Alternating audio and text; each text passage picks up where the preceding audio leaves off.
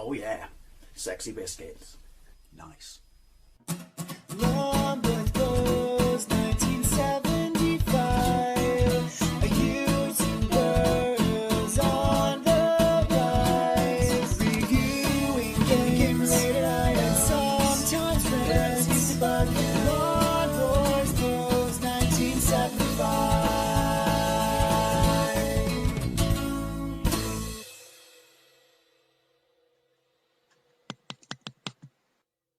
Hey YouTube, Numbers Post 1975, and welcome, apparently I'm German now, and welcome to an impromptu vlog. I was watching a video on YouTube by a gaming channel that's completely unrelated to this topic, but the individual in it said something that got me thinking, and I found it really actually quite interesting. Basically, in the video they were talking about whether or not, I mean there's lots of these channels out there who do these sorts of videos, and I do really quite like them. And it was whether or not you should buy, or it's still worth purchasing a PlayStation 4 in 2021. And they went on to say that it was 8 years old, so the 8th generation. I myself had an Xbox One in that generation. That generation is 8 years old, and they said, is 8 years too short a time to have nostalgia towards that system? And I was thinking about it, because nostalgia is an interesting thing. It's a powerful thing. It can make you spend vast amounts of money. It can, you know, tug at your heartstrings, but it's completely and utterly unique to the individual. So I was thinking, when was what's the cutoff point for consoles, specifically a machine where I have no nostalgia for it? Is it the case that it will always be that way? Probably not, because another thing that's, you know, drives nostalgia is time. Hence the fact that in that video they said that is 8 years too short a time period to have nostalgia for a system. By the way, feel free to play a drinking game based on the number of times I say nostalgia in this video. Anyway, so I was thinking of all the systems that I have nostalgia for. Obviously, it's driven by things such as the first system, this is computer or console, that you had access to, whether it's at school, or the first one that, you know, was a shared one at home where you were bought for, I know, for Christmas, or a birthday, or possibly the first one that you bought yourself or paid for with your own money. So I was thinking about it, and there's obvious ones, which is my beloved ZX Spectrum will always be the machine that I have the most nostalgia for, which was the first one that was a shared gift, not a birthday, not a Christmas, bought, you know, randomly. It was secondhand by my dad in 1982 as a gift for me and both my brothers. The idea being to teach us, you know, computer skills in programming, reality based, much like most people at ZX Spectrum. It became a gaming machine, but I will always have, nothing will ever eclipse that when it comes to nostalgia. Then obviously the first one that I bought myself, I paid for half of it and then got the other half. I mean, most of you who follow this channel probably know this. Yeah, paid for half of it and got the other half. It wasn't physically sawn in half, obviously, for Christmas, and that was the Sega Master System. And I have a massive amount of nostalgia for, you're going to be pissed already if you're playing a drinking game. Nostalgia for that, because it was my own system. You know, I didn't have to share it with my brothers. Obviously I let them play it, because even back then I wasn't a complete bastard, but you know, it was mine. It lived in my room. I had to get my first own colour TV. I had a black and white TV up to that point, because I wouldn't be able to use the one that was downstairs, because that was for the Spectrum. And so yeah, so that, you know, I have an incredible amount of nostalgia for. But the one that pips it and is a very, very close second, and the reason that this channel exists in the first place, was I paid for in its entirety with my 3 part-time jobs, and imported it. And it was before, these are all things that tie into why I have such, you know, heartfelt nostalgia for it.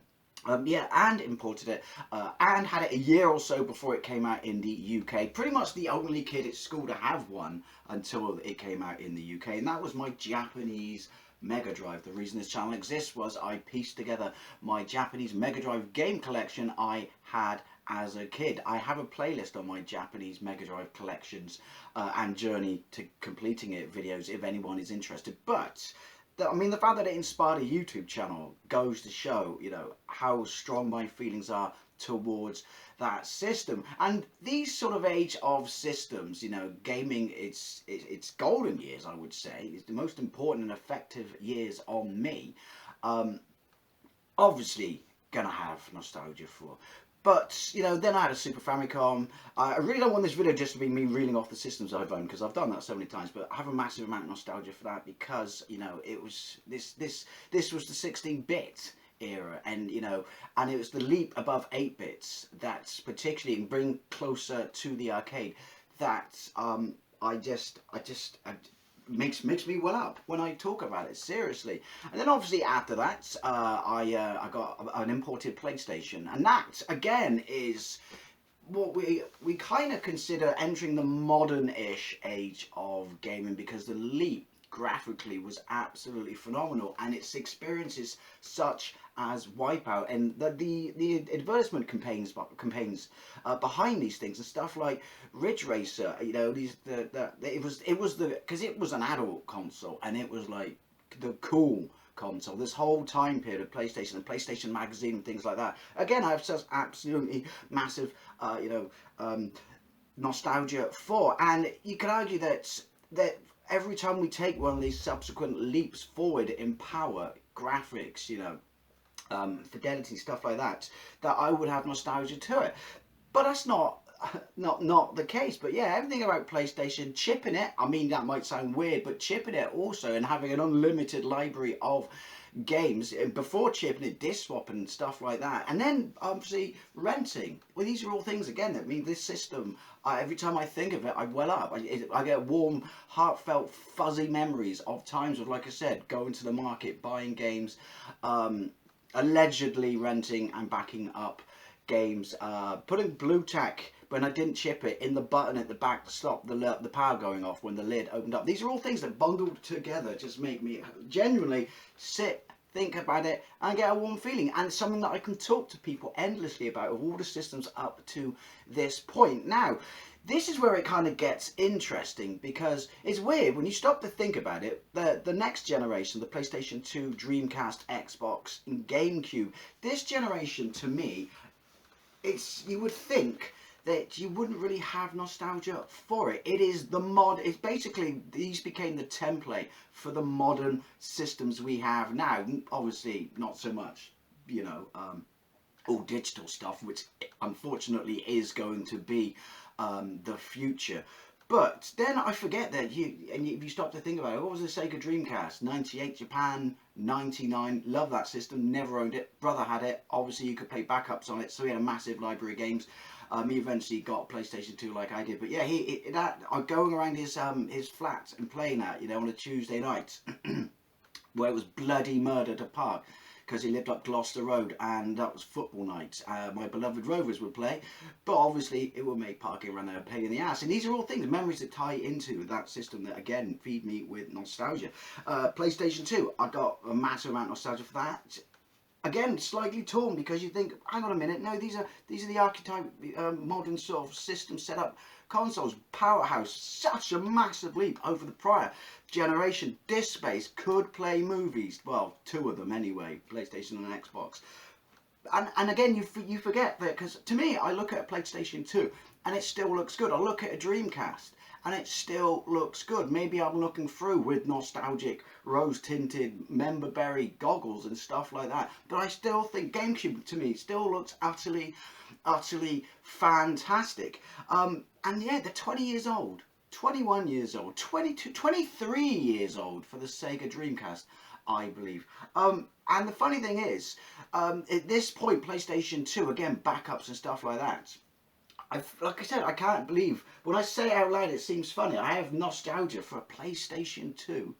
Obviously, if people are far younger than me, then PlayStation 2 to them will be like their Spectrum, if you will, their Master System. So they're probably fueled, you know, with nostalgia for it. But GameCube, never owned one. But remember the commercials with the X-Wing inside the glass cube in, like, was it a museum? And yeah, that tugs at the heartstrings, because when I came back from Canada, I bought a GameCube. I didn't want to get a PlayStation 2, and I fucking loved it. Absolutely adored it. And the Xbox, big deal because of Halo and stuff like that. Microsoft putting their foot into the market. The conspiracy theory is they spent that much money and gave it such a short lifespan simply to get their foot in the door in preparation for their next console, and it worked. I don't know. Either way, going around a friend's house who had that, every Saturday morning, getting baked and playing Halo. Oh, see, things like that. But this is where it gets really, really, really interesting, because without a doubt, the next generation, the PlayStation 3, didn't own one. Both my brothers did, and all my mates did. But the people I worked with had a 360, and because they were my sort of, gaming circle of friends at the time, I went with a 360. I cannot express how much I loved, and this is why I mean it gets interesting, how much I absolutely loved and adored the 360. I had a Wii before then, and I loved the Wii, absolutely loved the Wii, adored the Wii, have nostalgia for that, but not so much for the games and the experience that it was. And you could argue it's not really that old, but well, it's 14 years old. The Xbox 360 is 16 years old. I guess you could argue that technically it is old enough to attach nostalgia to it. I don't, but I'll explain that in a moment. But quickly, yeah, the only sort of nostalgia I attached to the Wii, again, a system I absolutely love. You've only got to watch my videos. Type in Wii in the search bar and you'll see me talk about the Wii a whole bunch of times and how much I adored that system and defend it. Because everyone just said it's a system full of fucking shovelware, which is every system. Come on, let's be serious here. It's every system. But it was having to soft mod it because I was going to possibly be deprived the chance of playing Ghostbusters, the video game, when it was coming out worldwide and North America. But in this country, I guess Europe as well, it was being delayed to make because the anniversary of Ghostbusters and the movie coming out on Blu-ray, and obviously Sony Pictures and who they own and shit like that, they made it an exclusive, so it was only coming out on PlayStation 2 and PlayStation 3. So I have nostalgia just researching it, spending a very nervous night soft modding it, and then obviously that gave me access to emulators. So that again, that I have nostalgia for. The actual system itself, not so much. See, it's weird, isn't it? It sounds like I'm contradicting. I am contradicting myself, but back to the 360. I apologise. I am aware that I'm jumping all over the shop here. 360 was my first HD, and this is where the problem lies. First HD system. First system with a hard drive. I know obviously the Xbox had one. I didn't have that, and the PlayStation 2 could, but mine didn't. But yeah, first HD. First hard drive, wireless pad. All right, yes, it's on the Wii, but wireless pad out of the box. First time I properly played competitive games online outside of the PC, but the PC was mainly me just playing my mates on dial-up. So yeah, going all the fun and experience, and I don't have nostalgia to it, but I'll explain that. Like the impact it had on me. The first time I was insulted online by a 12-year-old. Because that's what they do. Hide someone's face and everyone becomes a keyboard princess warrior. But everything about it, and borrowing games off my mates, buying games, disc installations, patches.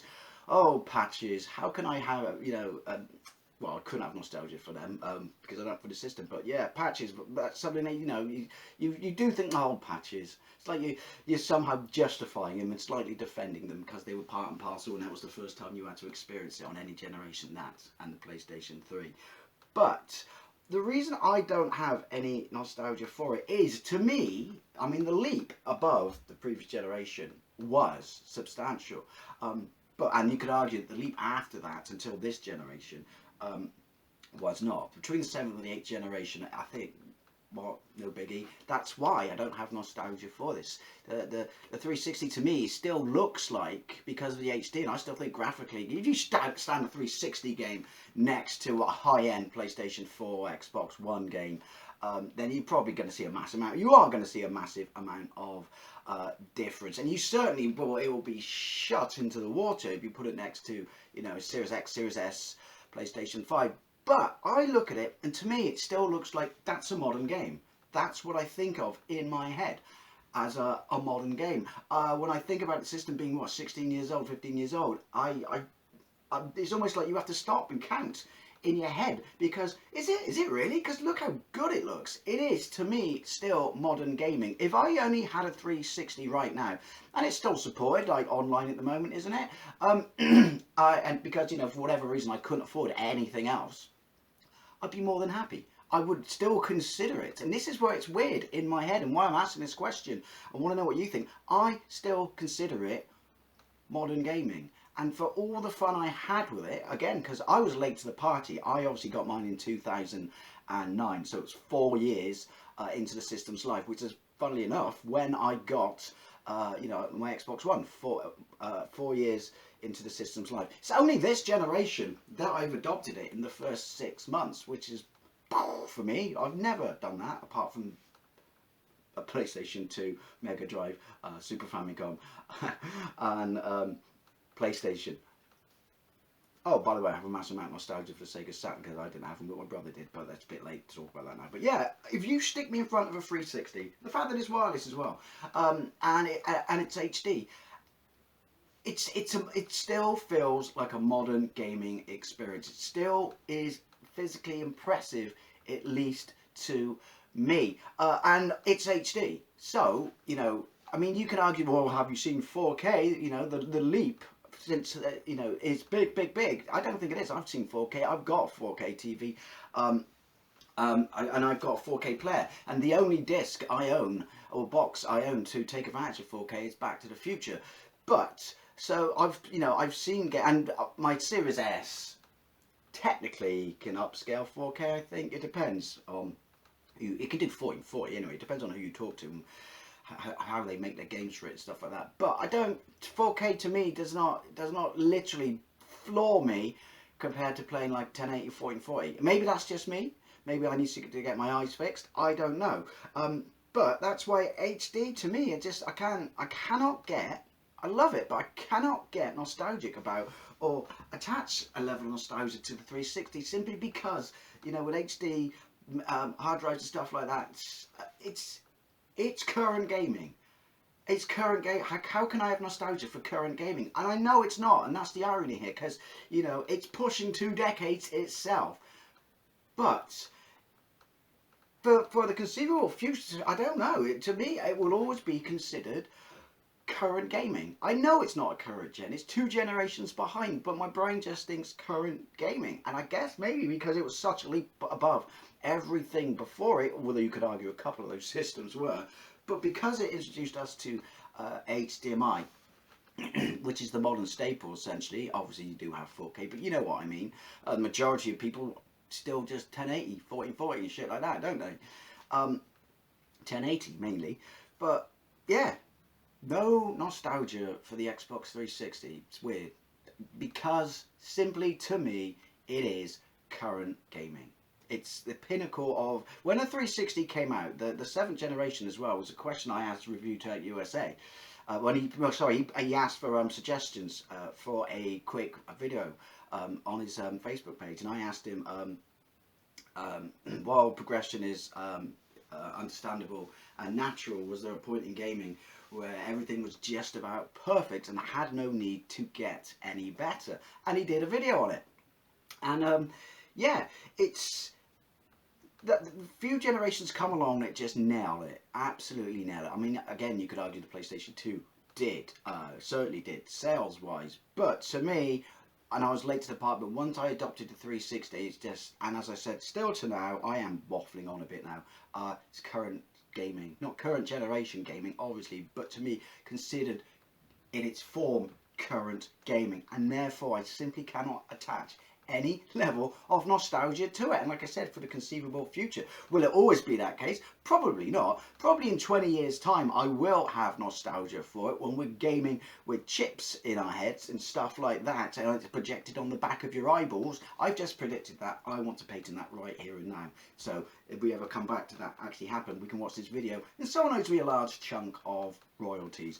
Anyway, so yeah, a bit of a weird one, this bit of a waffle, inconsistent waffle, and incoherent, you could argue. But I just found something interesting about it from that one statement that individual said in their video, which is, is it too young to have nostalgia for the PlayStation 4? And yeah, it just got me thinking about everything I have nostalgia for, and when it came to the 360 and the fact that, like I said, it's almost pushing 20 years old, I was quite surprised within myself that I do not. Anyway, as always, yeah, this got away from me, I apologise. As always, I'd love to know what you think, and thank you very much for watching, and I'll see you later.